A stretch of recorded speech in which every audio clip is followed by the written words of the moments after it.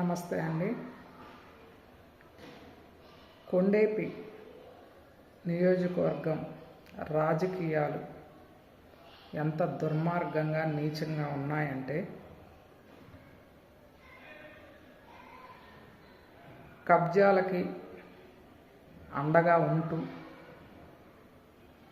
Minister గారు ఆయన వెనకాల ఉన్న నాయకులు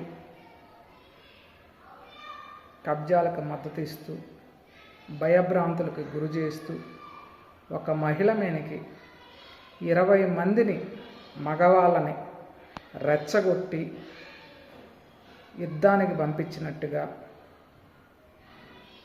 పంపిస్తున్నారు.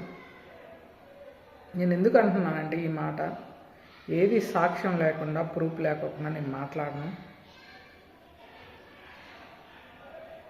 నా భూమిని కబ్జా చేసిన వాళ్ళు మినిస్టర్ గారిని వెళ్ళి పదే పదే కలవటము, ఆయన మద్దతు ఇవ్వటము, పోలీస్ స్టేషన్లకి ఫోన్లు చేసేసి ఎస్పీకి డిఎస్పీ గారికి అందరికి కాల్స్ చేసి సిఐకి ఎస్ఐకి కూడా కాల్ చేసేసి ఫోర్జరీ అగ్రిమెంట్లు ఏమైనా ఎలాంటి కేసులు తీసుకోవద్దని చెప్పటము, ఇలాంటివన్నీ కూడా జరిగి ఉన్నాయి.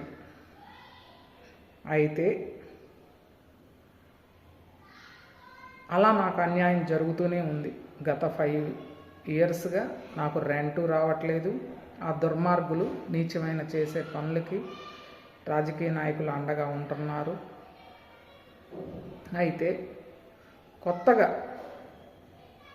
ఏదో మమ్మల్ని ఏదో ఉద్ధరిస్తున్నట్టుగా, మాకేదో చేయబోతున్నట్టుగా ఒక గేమ్ ప్లే చేసేసి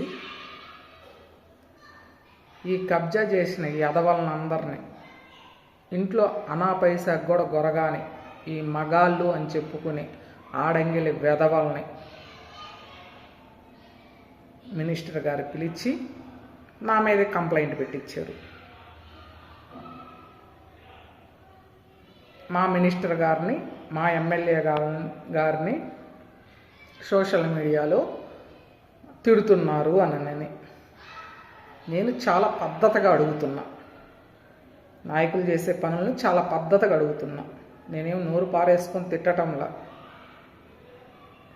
నాకు అన్యాయం జరుగుతూ నా భూమి జోలొచ్చి, నా కుటుంబం జోలొచ్చి, నా జోలొచ్చి మమ్మల్ని హింసిస్తూ టార్చర్ చేస్తూ మా ఆదాయానికి గండి కొడుతూ